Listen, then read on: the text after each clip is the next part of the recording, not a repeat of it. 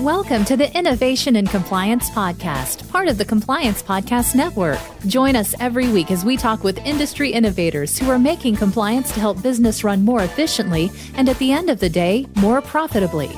Here's your host, Tom Fox. Hello, everyone. This is Tom Fox, and I would like to welcome you to this special 100th anniversary episode of Innovation and Compliance. To celebrate this august anniversary, we are going to take things in an extraordinarily different direction today as I'm going to be interviewed. And I'm going to be interviewed by Megan Dougherty. Megan is the part of the fabulous production team who puts this podcast together. So she's been a part of it since day one. So she is going to interview me, and then I'm going to turn the tables on her and interview her.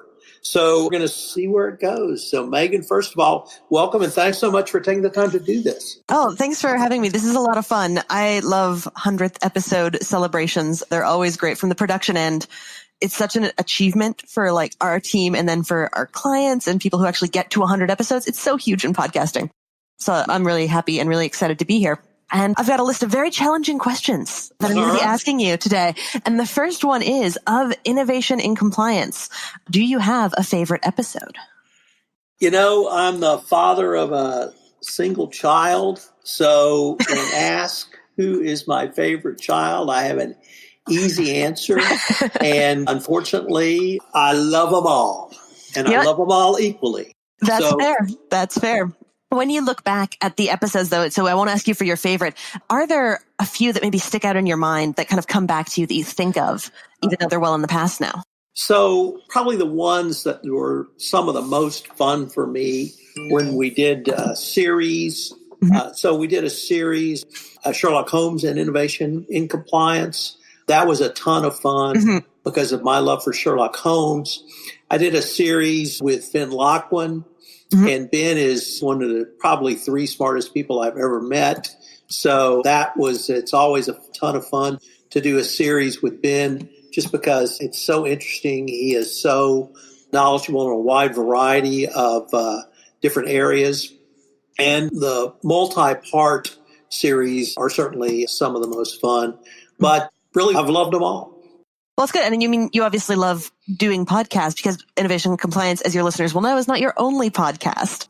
I've asked you this personally, and now I'm asking you publicly. How do you create so much content? Because if anyone is listening and doesn't know, there are a lot of podcasts on the network that Tom is involved in.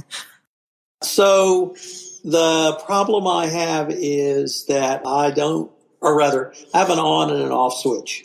And when it's on, it's on. And when it's on, it doesn't stop. I don't have a dimmer switch. It just goes and goes and goes. And I'm continually thinking of new ideas for books, new ideas for articles, new ideas for podcasts. And I can't do them all, unfortunately. But I'm never short of ideas. Perfect. And when did you first start thinking, hey, I should have a podcast? What's your podcasting origin story? Just podcasts generally? Yeah, just any podcast at all. What's the first time you ever podcasted? The first time I ever podcasted, actually, I was prevailed upon by a colleague named Howard Sklar.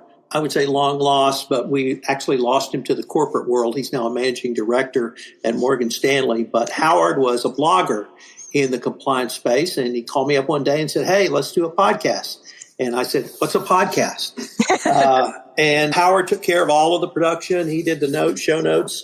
And as my wife, who was forced to listen to one of our podcast recordings, said, is a perfect example of two old women nattering. So it started with Howard. We lost Howard to the corporate world, and I just moved forward. I took over the podcast that he had started called This Week in FCPA. I started several others of my own, and it moved forward from there. Amazing. Swinging back to innovation and compliance a little bit, if you could have anyone in the entire world come on as a guest, who would you want to interview for innovation and compliance? So I have to tell you, Ben Loughlin, who I've interviewed multiple times, is one of the most unique individuals. He is a double PhD. He's a science fiction aficionado. He's a sports aficionado. He's, to me, the most interesting man in the world. And I've been privileged to know Ben for several years and had him on several podcasts. So Ben immediately comes to my mind as someone I would want to talk to again and again. Malcolm Gladwell is probably near the top of the list. There's a very famous podcaster in the sports realm named Bill Simmons, who has the Bill Simmons Report. Bill would be high up on the list as well. Good fun. Well, then obviously, I guess you can take that as an invitation to come back onto the show. And Malcolm Gladwell, if you're listening, please, this would be great. Well, wait a minute. You're Canadian. I am Canadian. You don't know him. If only it were the case. If only. So when you look back at the 100 or so episodes of Innovation and Compliance, did you ever really flub during an interview or on a show? And if so, how did you recover from it? I never flub. You never flub. You're so good. No, I never flub because, one, it's just a conversation. Two, it's all part of the charm. And I tell people it's a virtual cup of coffee with Tom. And I'm going to get them to talk about whatever they're passionate about in the world of innovation or in the world of compliance. And I set out a short outline for each podcast, so I know the general parameters of what I want to ask. And I just throw out questions and follow wherever they take me. So the format really lends itself. I have never had to edit out any particular words because I'm very cautious. And if I do say one of the words that can't be mentioned on a PG podcast, I say that after we stop recording. Okay, that makes sense. And that's something I think is really interesting because I'm not from the compliance industry. I'm not from the legal industry, but I really enjoy listening to Innovation and Compliance and a bunch of your other shows. Like, it's accessible even to lay people, although so you're very firmly niched, but very accessible to others.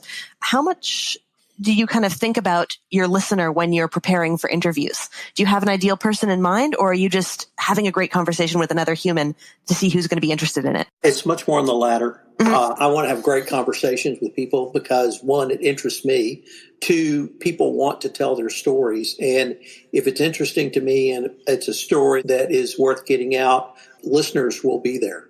Awesome. And I've got my last question for you is, if someone is thinking about starting their own podcast, like, what have the benefits been for you for kind of your personal life, your network, your business, and can other people expect to have those when they're podcasting also?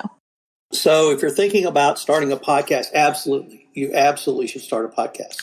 After you make that decision, Megan's going to give you her phone number at the end of the podcast, and you should call her. But it's low cost to enter. In terms of the items you'll probably need to purchase a microphone, but the recording software may well be on your computer. If you're on a Mac, it already is. The value of talking to people, talking to customers, talking to clients, talking to people within your organization, it really helps drive a level of not necessarily intimacy. I don't want to suggest that, but it makes you aware of things that you may not have been aware of before. For a business, it can be absolutely instrumental in making people aware of the depth and scope of your business. I have one client who I've done a weekly podcast series over 18 months, and they've told me that I've introduced them, or the podcast series rather, has introduced them to markets they've previously not been able to tap into, and it's simply because they were talking about their expertise. In terms of my personal benefit, I have the largest social media presence in compliance, and I work, as you say, very diligently on numerous podcasts. So I'm trying to get information out to the compliance community that I think would be useful as well. But a podcast is one more marketing tool. It is a marketing tool that is currently in vogue and in favor. The cost of entry are very low. The level of quality you need is actually, as we discussed, it's a virtual cup of coffee on my podcast, and you can go all the way up from there to BBC production quality, but you don't need that. And they can be marketed internally. You can use podcasts to communicate internally to your employee base. They can be marketed externally, branded and marketed. It is a fabulous tool that I don't think enough companies are utilizing today. I agree with all of that. So I think I was introduced, Megan, to you guys through Jeannie Dietrich. Yep, that's if true. I recall. So why don't you tell us, I know I've had you and Audra on before, but why don't you tell the audience the origin story of your company, and then we'll move to your work on innovation and compliance. Sounds good. So One Stone Creative, it started a little over 2 years ago now. And my co-founder is a woman named Audra Casino, who has a background in commercial radio production. Mine is in online marketing, kind of digital strategy, online education. And we worked together at the same firm for a little while. Over the years, we kind of went our separate ways. But then 2 years ago, Audra reaches out of the blue. I hadn't heard from her in well over a year. And she says, hey, do you want to start a business together? And I said, absolutely. I'd love to start a business together. Because I'd always really enjoyed her and working with her. And it's been a lot of fun since then. We started out trying to create sort of a video marketing company. And it failed entirely. Couldn't sell anything. It was absolutely awful. And then we started getting into podcasting. For one client, we were introduced to on the basis of, hey, maybe these people can help you. Podcasting worked for us. We started rolling it out more and more, getting referrals, making, new connections in the space. And yeah, here we are now producing podcasts for lots of interesting people. So let's turn to innovation and compliance. Why don't you help the listener understand your end of the creative process? So I called you up and I said, I have this idea, but you took this idea and really formed it out into not simply a mental blip, but to put some graphics around that, to put a campaign to start it around it. Why don't you walk us through how you would start somebody out in the podcast realm? Oh, yeah. And I love nothing like a podcast launch. So, as all podcasts do, it started with an idea. And Tom, you had this idea for a podcast that you wanted to do. And so as we were talking to you about what that might involve, what you wanted to talk about, the kind of people you wanted to talk to, and I believe you had the name coming in, Innovation and Compliance. But we just took that together and made the audio brand for it and the visual brand for it, which is the cover art and the sound that happens at the beginning of the episodes. And that's something that we do with every podcast to create kind of an AV identity for the show. And that kind of provides a framework for the episodes to follow. When you kind of set out as you mean to go on, or you start as you mean to go on, it gives you a nice way to think about what you're doing and who you're creating it for and why you're creating it. And then it came down to just, letting the audience that you already had, and you had a big audience when we were getting started, know that there was a new show coming out. So just kind of creating those materials to make that available and then doing the ongoing production, which is a lot of fun.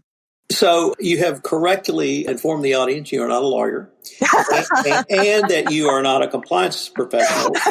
We will tell the audience that neither is Audra. Nope. But you guys have really seemed to enjoy producing this podcast. So I was wondering what it is that has interested and intrigued you all so much from the production side in terms of the audios recordings that I've submitted for production. Well, there's a couple of things that have been really interesting. I mean, Tom, we've been, friends and colleagues for a while now. I'm a giant nerd, just like I know you're a giant nerd. So when I didn't know, compliance as an industry, I almost didn't know existed really before we got into work together. I knew kind of, it was a thing people must take care of. But now I feel like I know a lot about it.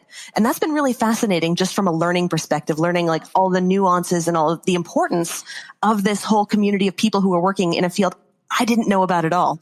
And it's been really, really interesting. And the way the compliance affects so many different things, I just find fascinating, as a person who lives and works in the world. That's really cool. And then kind of the series. Tom, one thing I really like about working with you is you're not afraid to niche and you're not afraid to, even though you don't go out, I'm making a podcast for this person. You're just I really like Sherlock Holmes. We're doing a week-long series about it. Enjoy it, everyone. And I think that's so great. I think it's so great. And I think people appreciate it. I appreciate it. My team appreciates it. And I think you come across really strongly in your podcasts. And that is fundamentally one of the things people like about audio, is that they get to feel like they know the host. I don't think you were wrong when you said it's kind of intimate. A listener who gets to know a host, that is sort of an intimate relationship because you're in their life when they're doing things, you're part of them, part of their days. And I think that's really cool. So I have to credit Jeannie Dietrich for that. I've known Jeannie for about 10 years now, and probably the first thing I learned from her was go niche. So the thing that I have learned through this experience has been a little bit different. Yours was the exposure to the compliance profession. I've really tried to focus on the innovation part. And I've tried to bring people who had innovative products, innovative services, or even innovative ideas to the compliance professionals so that they might think about how could they incorporate those into their compliance programs. And it seems to me that there are two types of true innovators. There's the innovator who we used to call it the mad scientist who had the aha moment, but it's really someone who does, or a team who does a series of steps, and the last step becomes the true innovation. But it wouldn't have happened if it hadn't been for 10 iterations up to that time. So they work very hard and they come up with something new. The other one is, and the one I find the most interesting, however, is someone who looks at the same thing you and I do, or you and I look at a problem 50 times, someone else comes in and looks at it and they see something completely different. And they say a completely different way to solve it. And those are the people that really interest me. And those are the people that I get most fired up about on this podcast, because sometimes in the middle of it, I just go, wow, I had never thought of that. And I don't think anybody else I know ever thought of that. And those are the people that I think really lead as many of the breakthroughs, is they just simply have a different perspective on things. So it's been a lot of fun, and I can't wait to see where the second 100 takes us. Oh, same here. All right. So if someone wants to find out about One Stone, where do they go? Easiest way is to go to onestonecreative.net or to email me at megan@onestonecreative.net. I'd give you my phone number, but I won't answer it because I'm a millennial. So, well, she's Canadian. So if you're in Canada, say hello.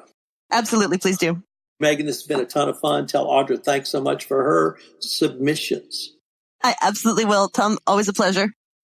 If you're a compliance professional looking for a convenient and effective way to fulfill your continuing education requirements, go to fcpacompliancereport.com/courses and choose from 4 hour-long training packages that will keep you current. That's fcpacompliancereport.com/courses.